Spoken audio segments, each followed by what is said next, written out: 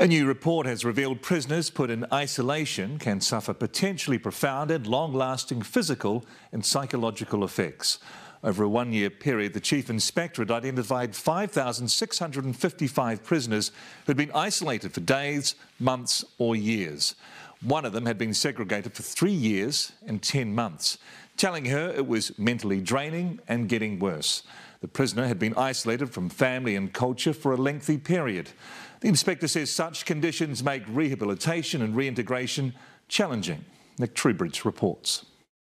Lifting the lid on what's going on inside, and our Chief Inspector says it should concern all of us. We have a responsibility to treat people in a humane way, and it is, in my view, a measure of the society that we are in terms of how we manage our most vulnerable. Janice Adair's team spoke to a man who's been in isolation for nearly 4 years, his mental state worsening, his connection to culture and whānau diminishing.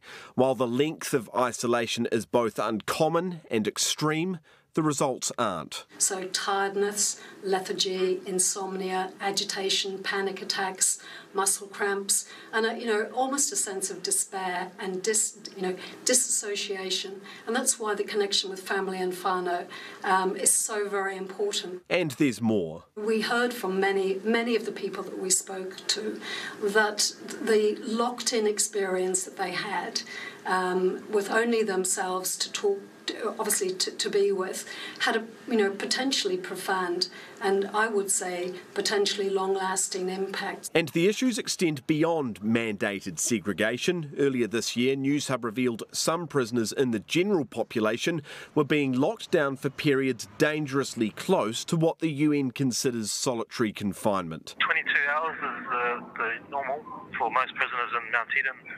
That's the normal. And other units where they're understaffed or they're having trouble controlling the unit, they lock them down 23 hours. As for prisoners in mandated segregation, 70% are there for 14 days or less. But Corrections concedes it's struggling to cope with the range of issues arriving at the prison gates. We are seeing a far more increased population, people coming through to us with more mental health issues, more violent issues, more alcohol and drug issues, which unfortunately in a prison context, a lot of those people end up in some form of segregation. And prison staff are playing catch-up. I don't think that we've done enough yet to properly equip our staff on the landings to do that. There's more to be done. The inspector quite rightly points that out. And it's all compounded by staff shortages. Corrections reported 450 as of April, making life behind the wire even more challenging. Oh, kia ora, Nick. Can you tell us what's the response been to this report?